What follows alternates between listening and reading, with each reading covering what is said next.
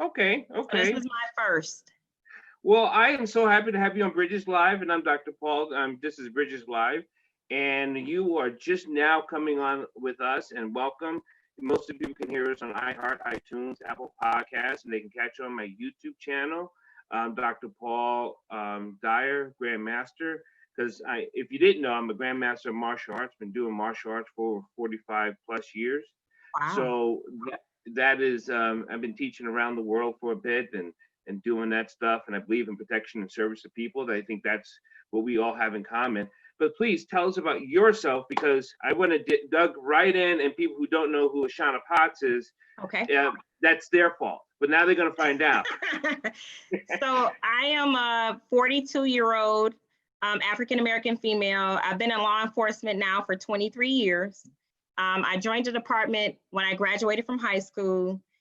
Came from a long line of law enforcement officers, including my mother, who retired when I got on the force. Married, I have a 24-year-old daughter, and I'm just really, really interested in just continuing to strengthen the bond between community and police. And I try to do that with community involvement where I work, as well as outside and inside of the department. So most of the people who have been listening to Dr. Paul for a little bit, for a couple of years, whatever, I have 9 kids, 7 girls, 2 boys, 7 grandchildren.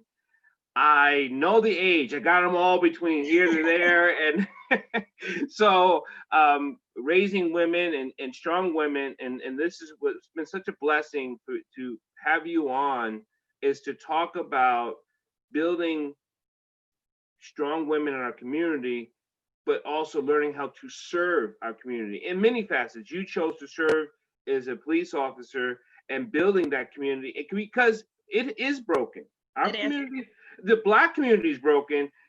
Men are broken. Women are broken. We're broken. And that's why I do Mental Health Mondays, because we need to say, I need some help. I need to fix myself before I can help fix my community. But with your service, let's talk about that journey that you are in now as a police captain, but for you to say, I'm going to serve. So I came from a single parent household. My mother was a single parent raising myself and my sister, and we grew up in poverty. We didn't have a lot of money growing up. It wasn't until my mother branched off into law enforcement that it allowed for us to kind of see a different world other than the world that we grew up in.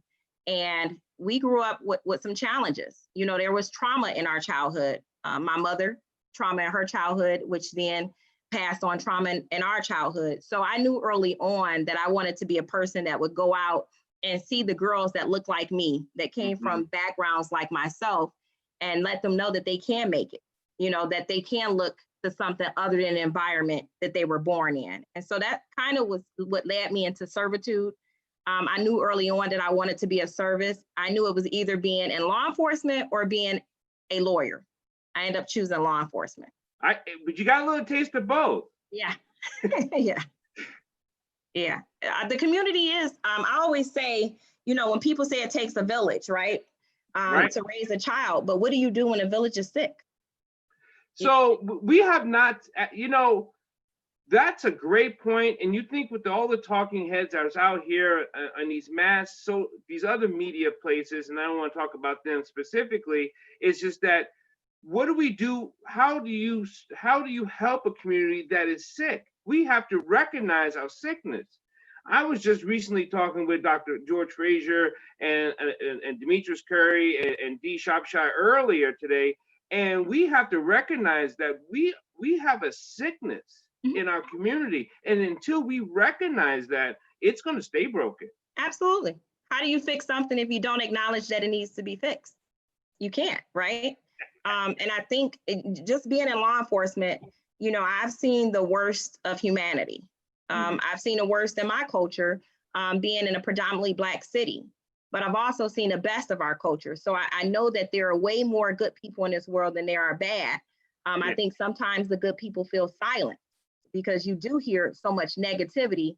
So in my course of day, I just try to bring something positive to anybody that I meet. If I can leave them better off than how they came when they met me, then I've done what I was supposed to do for that day. So now that young Black girls, and I hope young Black girls are able to see you and to say, look what looks like me. And I know before we went on air, we talked about, I know some people say like the Michelle Obamas, and there's nothing against her, but we don't, she's too high. Yes. You know what I mean? I mean, that's too far up. My neck hurts from looking at it, you know what I mean? So, but not that where you are isn't a high level position in the police force because you're a captain, and that we'll talk about that, but that took its own self a road, but you're more on our level. Yes. Attainable. Yeah. You can see me at the grocery store. You can see me walking through the neighborhood. And I think we need more idols like normal people. And this is, like you said, this is not against Michelle Obama, because I mean, she's fascinating. You know, when you know about having a first lady, the first African-American first lady, I mean, that was huge, right? But when I turn off the TV, what do I see in my environment? What's the neighborhood I'm walking through? Exactly. Yeah. Exactly. And I think we need to see more of that. I've been privileged enough to be a part of a program called the Sisterhood. And what it does is we go into high schools in our neighboring precincts, and we mentor. We mentor those girls that are broken. We have challengers and leaders in a group. And so we want them to see us as human beings first, just me being in law enforcement, but secondly, as being a Black woman who made it, who came through poverty, who had a mother who was a teenage mom, who had all of the criteria that says that I should have been a failure, and see that I was successful, and I am still successful, and that they can be successful too. We just sometimes need the tools to be successful. Let me ask you something, LaShawna, and when you started on your journey, and even though you may have recognized what your mother was going through, when did you fully understood that you had to develop something up for yourself? I would probably say when I got pregnant in high school. Okay. So my mother tried her very best to end that generational curse of single motherhood. However, my sister and I both had children in high school. When I had my daughter, it was like a light bulb went off. I wanted to make sure that I gave her every opportunity to not fall into the same traps that I fell into. And that's when I decided that I got to change something about me. But it started with me realizing that I had not addressed the trauma in my childhood. There was trauma there that we didn't talk about in my family. You know, it's just one thing that we don't. You just kind of move on. Which is funny because in the Black community, we don't want to talk about trauma or sickness at all. Like, I'm not going to that crazy person. You go talk to auntie. We because in our mental health Mondays and on my mental health panels, we laugh about it because the Black culture is like, well, what are you, crazy or something? I'm going to talk to that shrink. No, I want to be better. Yes. I want to be better. So I need to strip away all this stuff. And let's look at it this way. If we're coming from post-traumatic slave, right? And all the stuff that has been done to the Black community, why wouldn't we think we have trauma? I don't know. That's a really good question. But when you ask us, you know, are we traumatized? Most of us will say we're okay. Yeah, I'm good. Yeah, we're good. Good is, I tell my officers all the time, the worst thing that you can say every day is I'm good. Yeah. Oh. You know, it's a catch-all for not wanting to deal with whatever issues that you have. Because most hurting people, if you look at them, they'll say they're good. Yeah. And they're dying inside. And in that dying, and we know what our communities around the globe, served in the military, did. So I look at our life as global, and then we have local, because we have pain that stretches from sea to sea. And we seem to think that our pain is so special. Mm-hmm. How do we talk to our community that needs to recognize that it needs to be recognized? I try to meet people where they are. Yeah. You know, you can't just go in pointing the finger and telling people what's wrong with them. So I always try to start off telling them what was wrong with me. Right. and the things that I fixed. And then you hope that in that conversation, they open up to some suggestions. And you'll find that people want to talk about their illness or their pain. They just don't want to be judged. They don't want you to look at them differently. And I think in a community, we have to do better in the Black community, because I can only speak for being a Black person. Right. We Right. have to do a better job of making people feel comfortable in knowing that it's okay to not be okay. Right. And I've said that before. You know, once people and me and other once people recognize and understand that it's okay not to be okay, then they will ask for help. Mhm. Because the resources are here. It's not so much, and then once you understand that it's okay not to be okay, then you might, and I do pray, and I do more than pray, I work at it and teach it, that you think that there's not an us and them. Yes. Because once you separate yourself between another, you're only going to create a friction. Yes. You got to be open to inclusion. That means any and everybody. You have to be. You have to be okay with, we're in a multicultural country. Correct. So you have to be open and willing to allow yourself to get to know people of every race, people of every nationality, people of every religion. And I think once we do that and stop being so closed off, that we'll grow. But right now, Black people are feeling isolated with Yes. everything that's going on in America. We're feeling like we're isolated on an island by ourselves, and we're not. We have allies. They're everywhere. We just got to allow them to come in and help us. So, when you talk about you and being a police captain in a major city, Mhm. when did you see that you had allies even in your systematic struggles that was pushed upon you? Because there had to be. There's still a good old boys club. Let's not get it twisted. Mhm. There's still a good old boys club out there that's like, okay, here she comes and she's rolling, and whether you recognize her or not, she's coming. So how did you feel like?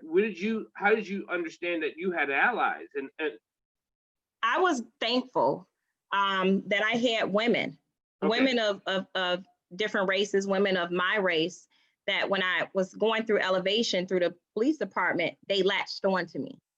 And they saw something in me that they wanted to nurture and mentor.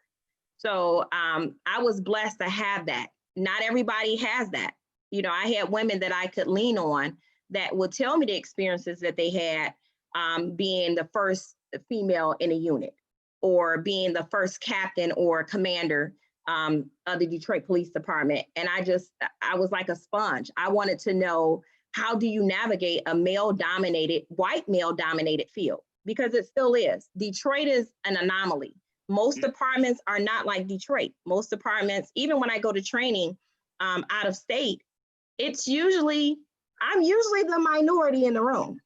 It seems like we always have that problem, no matter what education level we are, no matter what area we went. Every time we sit in a restaurant, sometimes we're in a restaurant, we're like, we're the only Black couple in this restaurant. Yeah. It's like, what? And then when you see another Black person, you're like, it's the head nod. Like, I see you. So I didn't, coming from Detroit, which we have a very high number of African-American women in leadership, that is not the norm across this country. And when you go to different places and you talk to the women there and you find out there's only one, out of her whole department, you try to lend them some support. Even in Detroit, I'm talking to women all across the country, giving them support, because it is a struggle. Even in Detroit, where we have a high level of Black women, it is still a struggle for women in leadership roles. It still is. Have you guys formed an organization for police women or police Black? I mean, is there like a fraternal thing that you guys could chat with each other to strengthen this? We don't necessarily have a structure. it's kind of like when you go somewhere and you see people that are like-minded, that are like you, and you kind of gravitate towards each other, and then you find out that, you know, they're in their department and they're only one of 4. And then they find out from me that I'm one of 12, you know, or one of 13, which is very high for a department to have that many Black women in power roles. It's kind of like a off the record type thing, but we do depend on each other because law enforcement, regardless, is still a very male dominated role.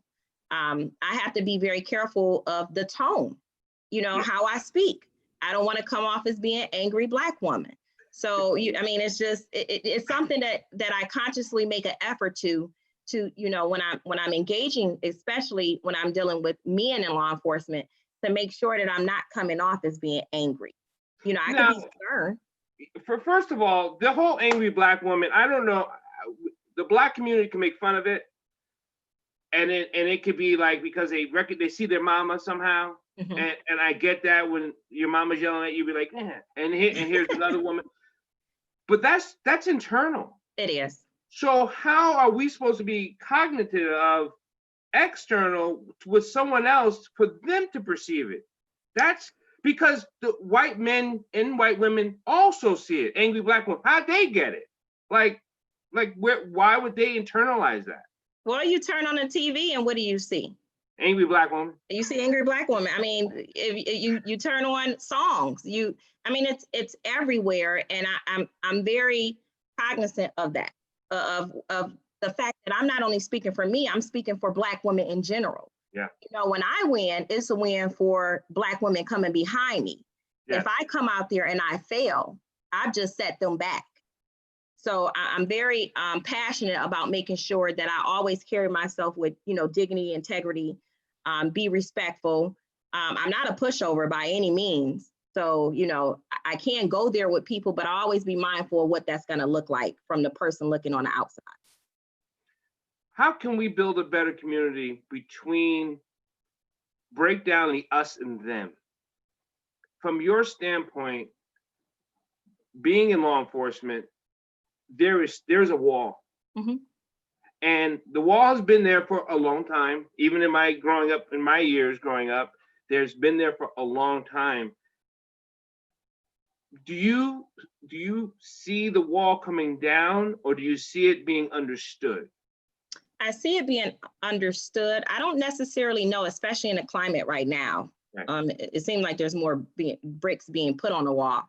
But I think one of the things that I think we've been successful here in Detroit is we've been very, very passionate about retaining African Americans in law enforcement. We've been very passionate about recruiting people from the neighborhood. And I think that makes a difference. I think that there is no other, you can't name a city where there's a all white community that has an all Black police force. No. However, you can name a whole bunch of communities that have all Black neighborhoods with all white law enforcement. I think it's a discussion that has to be had, and we have to be open and honest that in order for you to make sure that you don't have a Ferguson or you know, what's going on in Seattle and places like that, is that you have people that look like the community that they serve. But then now we're going back to this other systemic issue that we can talk about, we have talked about, and there's been pontification about it all the time. Well, we have low rate of success of graduating high school. We have even lower rate of getting into college or even graduating college. And then we have even a lower rate of getting into advanced schooling. So where do we find those officers or those people who want to serve a community if they can't even get out of high school? So we have to get them at such a young age and saying, we want you to graduate, right? Absolutely. We were putting our hands on your back and saying, we want you to graduate, because then we could say, we want you as teachers, we want you as nurses and doctors, and to serve your community. Now, we know in African countries, when they come over here for education, a lot of them go back. Why? That's because true. They go back to serve their home, their townships, and their communities. We don't have anyone coming back. That's true. We have a lot of people in my age of 50 that ran away from the neighborhood. They were like, I got my education, I'm gone. You know what I Yeah. mean? And they're like, back where? I'm not going back there. You know what I mean? Right. And that was wrong. It is. It's wrong, but it happens every day because we've been ingrained in us that we have to leave where we grew up in order to be considered successful. I did it as well. You know, the first chance to move to the suburbs, that's what I did. Right. You know, I moved to the suburbs because that was the ideal scenario of knowing that I made it. Yeah. I made it. It was the way you patted yourself on your back. Yes. Yeah. Yes. I work hard. Now I get to go, and live in a suburban home. My daughter gets to go to a suburban school. Yeah. And, I look back and was it the right decision? I'm not sure. I don't know. Yeah, it's a catch-22. Had I stayed, my issue was, policing and being in the same neighborhood of the people that I locked up. It started becoming a safety issue for us. It is a safety issue. Yeah. And so go ahead. I'm sorry. Of safety issue, you're in a safety situation now. I don't know how I do my brothers and sisters out there who, when people say congratulations for your service, when somehow I don't really even want to mention I served in the service, right? They say, well, thank you for your service. I say, well, I volunteered. And it's not to put them off for their thank you, but I did raise my hand. I remember, you have a choice. Mm-hmm. Not everyone chooses the choice you make, but when they put you in the room to take your oath, it's kind of like, I'm getting ready to do this. Yes. and some days you're like, why did I do this? Why Why did I sign up again? This wasn't part of what I thought this was going to be a part of. But I think people say thank you for your service. Even though we did volunteer, it's a calling to want to do military and law enforcement. The majority of police officers across this country have that in them where they want to give a service. And so I think when people do say that to us, it's acknowledging that even though we volunteer, because I signed up as well, that not everybody is meant to do military or policing. You have to be a special individual to want to run to danger. You just have to. The fire department running in, all these service, and this is where we find also where it didn't seem like the United States in a whole cared about the people who served the people. And here's what, and Dr. Paul, why are you saying that? Because if we looked at it as in past tense, where we wanted the school teacher in our community, we built her house. Yes. We made sure that she had a place to live near the school. Well, you're just talking about 1920, but that was the structure of our community. We wanted our priest or pastor or religious church, we built it, they stayed in the community. The sheriff stayed in the community. These are things that we can go back to because we're not paying police officers enough. We're not paying nurses enough. We're not paying teachers enough. Wait a minute. And these are the people that are serving us. Yes. So if you care that much, then why can't a police officer go to that bank and say, I'm a police officer, and okay, by the way, your house, we're really selling it for $350,000. It's really $125 for you, because the community will eat that cost because we want you here. Yes, I agree. I agree. That doesn't seem like that's a far-fetched thing to do. It's not, but somehow they haven't figured it out. And somehow we don't get enough teachers. We don't get enough police officers. We don't get enough firefighters. And then we're whining and crying about who's protecting us. Yes. Yeah. Like Chicago now. Wow. Yeah. Wow. Yeah. I'll say post-COVID, in every major city across this country, we've seen an increase in gun violence. Yeah. It's just been, even in the city of Detroit, it's been astounding. And we're doing the job. Our officers are out here getting guns, they're making arrests. But as a society, it just appears that we may be getting more violent. as an emotional scientist, and what I mean by scientist is I study emotions and behavior, because teaching martial arts and teaching martial sciences, we really break you down and get into your spiritual act, your soulful act, your balance of your mind, your breath, and all combine into one, right? That's the development of the art. Until individuals break that out of them and realize the anger and the trauma we talked about, because that's what's coming out. I don't think we're becoming more violent. I think that trauma is surfacing. That's a good way to look at it. And in that surfacing, every time a police officer pulls someone over, they're arresting the trauma. They're not even, because I don't remember the last time I ever got pulled over, but every time I was just talking to some people on a podcast, my heart races when a cop pulls up behind me. And I'm like, this is ridiculous. I haven't done anything. I haven't done, but my heart starts beating. And I'm like, where does that come from? Where does that, it's in my head. So if I do it, and Condoleezza Rice did it, she got pulled over. She was, and they threw, there was a whole big thing then. Just think about the people who aren't cognitive of their emotions and how it spews out of them in nothing but anger and fear. Yeah, absolutely. So I'm in law enforcement. My husband's in law enforcement. I grew up in law enforcement, and guess what? I still get nervous when I'm pulled over by law enforcement. It doesn't stop because I put on a badge and wear a gun. It's still a fear. There's a fear that something can go wrong, that maybe this is that cop's bad day. Right. Yeah, it's a fear. It is a fear. And I don't know how we change it.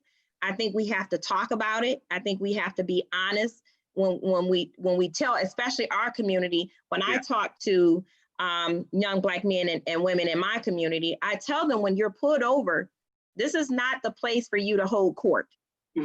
This isn't it. This isn't it. This is it. This isn't it. It's not going to end well if you up your demeanor, they're going to up there. And as a law enforcement officer, I've been in. Yeah, they don't know who you are, and they don't know who you are. Yeah. So it's a recipe for disaster. I think calmness and cooler heads have to prevail. But because I can hear the yatter mouths out there already. Even when we do it right, it still may not happen right. That's true. So, but your better chances are, people, is to still always be right. My mother used to say, if you are right, you be right, you act right, that gives you half a chance. It does. We know what happens if we already know the end result. If you come out the gate and you're already on 10, they're going to go up to 11, because we're always going to go up one more than what you're doing. Right.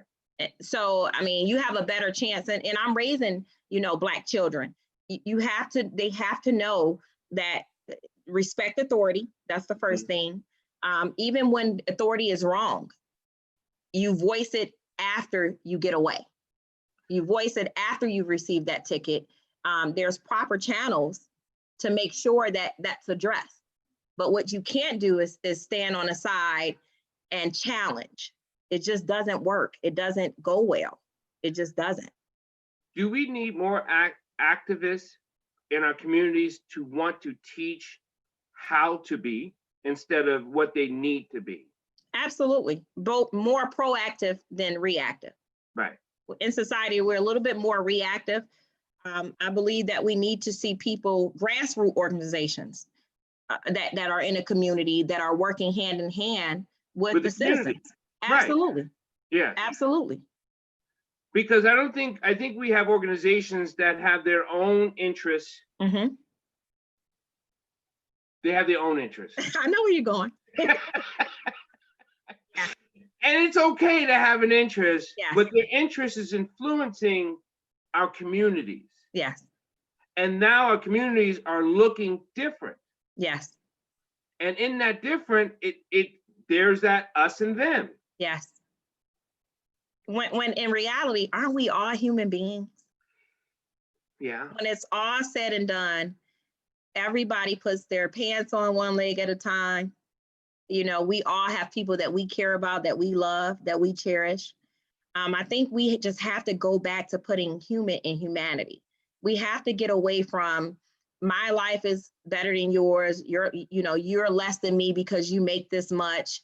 I'm Republican, you're Democrat, so we can't get along. I mean, I've seen people lose friendships over political opinions. Crazy. Yeah, it's crazy. You should be able to agree to disagree. And I think that's where, if you're unable to agree to disagree or have a disagreement discussion, and I'm going to stand by this, if you have a difficult time having a disagreement with someone, that in itself tells me how traumatized you are carrying internally with something. Now we won't know what that is until you go and get help and talk to your therapist and talk and break that out of you. But there's something that is rising up within your internal that is coming out and is putting you back into a corner of defense and fear. Absolutely. What I notice in the community is a lack of conflict resolution. We're not taught it, but we're not taught it. We need to teach it though. It needs to be just as important as math. Yes. If not more important than math. We need to learn how to have a disagreement without feeling like we have to always be right, or that there's a disrespect if we're not right. You know, if you look at all of the majority of the murders that are happening in this country come from people feeling disrespected. Yes. Crazy. Yes. I mean, it just doesn't make sense. You're killing someone because they didn't agree or they ate the last piece of cake in a refrigerator. I mean, it's we have to go back to the basics of parents being parents. A lot of it is, you know, I talk about millennials, and then the millennials look at me and say, well, you guys raised us. So then I'm right. like, yeah. So if you're messed up, then that means I did something wrong. Yeah. And I have a men's mentoring group, and we talked about this on air. We dropped the ball. Mm-hmm. We have to own up to our bull and say we were working. We had our heads down. We got you your TV and your cable. Yes. And we got you your game system, because I never had a game system, but I was able to get you a game system, and I had my head down and I was working this and I was trying to do that and I was putting on my hustle, and I didn't raise you. That's correct. The internet raised our kids. The internet, video games, and now we're wondering why our kids are not socializing. They're getting a little better now. I'm noticing that they are getting a little more outspoken, but I notice even talking to my daughter, it's more of a texting thing. You know, writing a letter or having a full conversation on a telephone. Yeah, she's like, Mom, just text me. I'm like, but I want to talk to you. Trust me, Exactly. I go through it all the time, my kids. I text them, I have them in a group text, and I'll send some, just want to say I love you and I miss you. I get nothing. Get used to it. No, I'm trying. It's hard. So you've been in law enforcement for how long now? 23 years. Okay. Now, this is a specific, direct question. There's a game out there. I've never played it, but I've seen it. And it's a thefting game. You probably know what I'm talking about, where they get points for stealing a car. Grand Theft Auto. Yes. Okay. Why is this allowed? Why haven't police officers around the world not allow this thing to be a game, to where it puts into the small brains that's not fully developed this into their psyche? It is the most horrific game. I am, wow. Yeah, it makes being a criminal glamorous, right? Right. I think as law enforcement, we feel, and I'm only speaking for me, is that we're not supposed to regulate how you raise your children. That is But up this, to parents. right. That's up to you whether you allow your child to play Grand Theft Auto. I know it wasn't allowed in my home. But I actually think this type of game puts police officers in danger. I think it could be made as a legal case that it has increased the danger for police officers. Good luck. Good luck with thinking that's gonna go anywhere. People want their rights, and they want the right to be able to play whatever game that they want to play, regardless of the data that shows that a kid growing up probably playing violent video games has a warped sense of reality. Yeah. They believe that once they fire that gun, they can just do a do-over. You can't restart the game in real life. It doesn't work like that. I was telling a person that when I was in the service, he says, "Oh, I want," and he was about 22. He says, "I want to join the service." You're gonna laugh.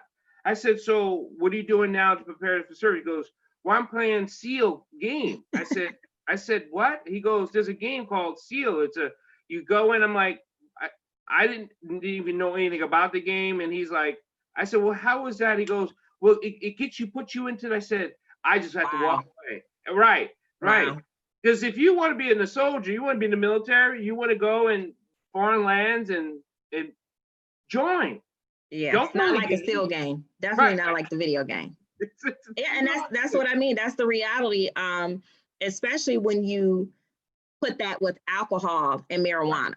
Okay. You're already stunting your brain cells, and now you're playing day in and day out games that make you feel inferior. And then you go out here and you shoot someone or you rob someone, and then reality sets in when I come to lock you up, then you go to prison for the rest of your life. Now you have all the time in the world in a box to figure out where did you go wrong, when we can probably stop it before they get to that point. Before we sign off, I want to thank you so much, LaShawna Potts, Captain Potts. We have to build a better community. And you're serving the community, you're talking to the community, you're being visualized in the community, and yet the community seems to either are sleeping on deaf ears or not responding. What can we do to help you? We that are listening, we that do hear you, we that do support you, what can we do? Because the others, we'll have to keep trying to wake them up. Yes. But the people who are helping and the we that is helping, what can we do for you? I would say just continue to be vocal. Okay. Continue to be supportive openly. It doesn't do us in law enforcement any good if you're behind closed doors saying we support law enforcement, because a lot of times the noise that we hear are the agitators. And sometimes for us, we forget that there are people who do support us. This is a very thankless job. Mm-hmm. And I'm sure, as you know, even in the military and in any service profession, sometimes you feel forgotten, and you're made to feel like you're a robot who doesn't have any feelings, who don't get sad, who don't get angry. As law enforcement officers, we feel very silent on what we can and cannot say for fear of saying the wrong thing right now. And I would just say, for the people who do support us, you can support law enforcement and be against police brutality. You can do both. You can do both. You can do both. I hope you can do both. Yeah. I mean, come on. You can do both. You don't have to pick one or the other. Like we people can go to church and believe in Christ and not agree with the pastor because he's doing wrong. Exactly. You know what I mean? Yes, and that's what I would tell people.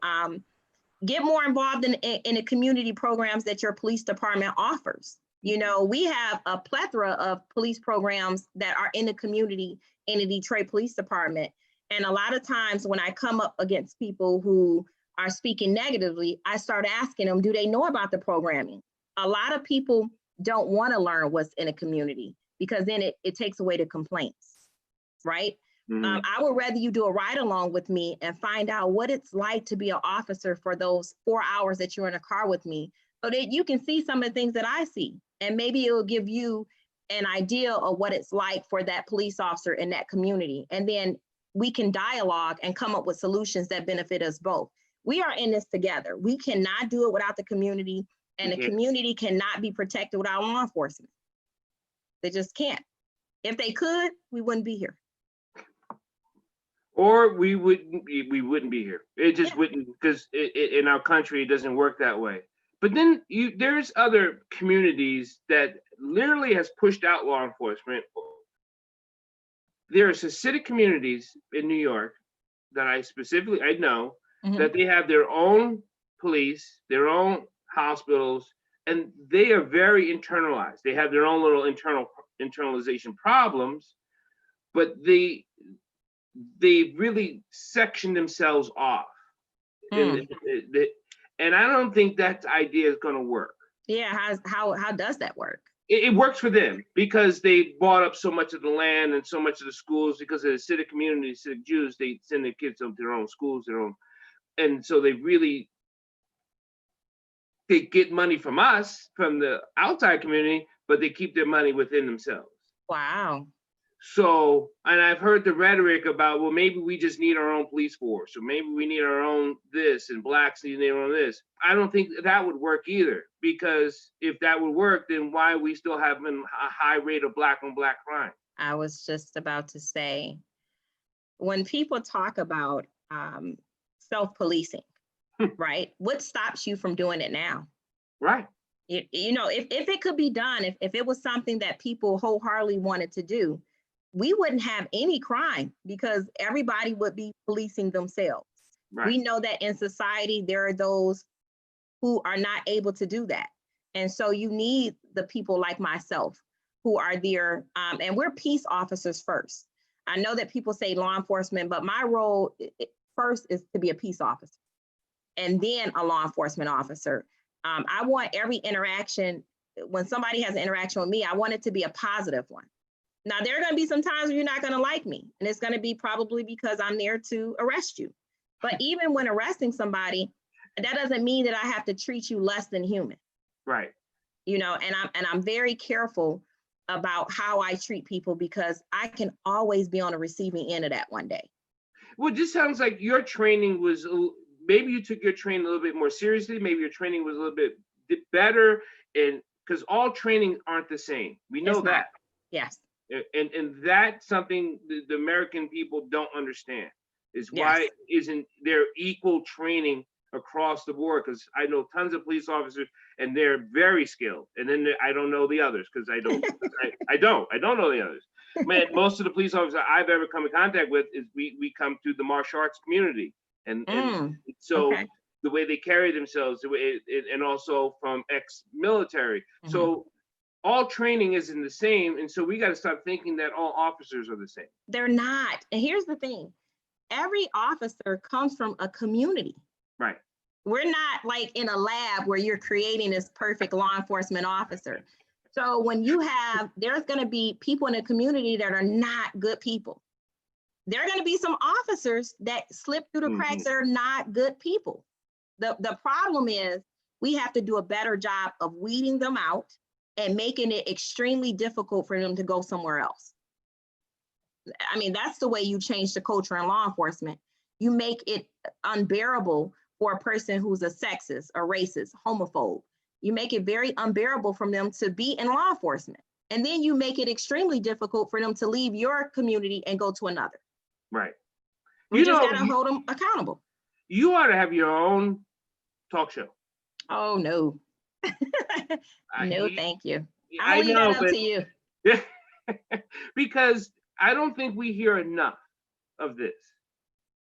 And that doesn't help people also. And maybe, I don't know where people get their news from, and hopefully this gets to where people hear, but they don't hear enough of what it is and what the blessing it is. They only hear like you said, we only hear the negative and the rhetoric of the negative. Well, if it bleeds, it leads, right? Yeah, that's true. People say they don't want negativity, but what do we fluctuate? We want to look at negative stuff. That's what sells. So, you know, I try to do my part. I'm in my own little bubble at the 6th precinct in the city of Detroit, and I try to make that area better than when I left it. You know, my goal as a leader is to create other leaders within and outside of law enforcement. If I can have a child that has watched me in the community, that comes to me, that I watch go through middle school, high school, and go to college, and I know I've won. Right. And that's my goal. My goal is to touch someone. I can do what I can for who I can when I can. Well, I want to say thank you for all the ones who support you, police officers around the country and the globe. Just thank you for all the compassion and passion you have. And please be safe out there. Tell your husband be safe. Tell your precincts to be safe. Everyone should be safe. I just want everyone to be safe and be cognitive of what you're thinking. If I can get people to think before they do, then we would have less crime and we would have less death. Because the way this is going, death is rising, whether it be a COVID, whether it be a crime, it's just rising and rising. And there's too much blood in the streets as is. And the only way to stop blood is to stop it. I mean, we just have to stop. Absolutely. You got to put a tourniquet on it. I want to have you back later. I know you're busy. We'll keep this. I'll text you and talk later, but everyone off the air. So if you want to get a hold of you, if they want to get a hold of you and say thank you so much for your service, is there letters they can send to besides Santa Claus? Where can they reach you? They can actually reach me. The 6th Precinct Police Department. We have a Facebook page, so we're at the 6th Precinct Detroit Police Department. They also can reach me at the 6th Precinct, which is located at 11450 Warwick, and that's WARWICK. That's Detroit, Michigan 48228. I will make sure I get that put in the links and stuff. And thank you so much. I'm going to pray us out. Do you have anything else you want to say? I just want to thank you for even giving me this opportunity. I didn't know what to expect, and I really enjoyed myself. And I hope that whoever's listening to our dialogue, that we left them with something to think about, you know, how they can better their community wherever it is that they work. Thank you so much. Thank you. Thank you. Dear Heavenly Father, thank you for bringing us together. Thank you for allowing our words to be heard. Thank you for allowing our passions to be felt. Thank you for protecting all those who are in service in our community, serving you, dear Lord. In your Heavenly Father, in Jesus Christ, we pray. Amen. Amen. And thank you for your service. Thank you. I volunteered. That one. Bye. Bye-bye.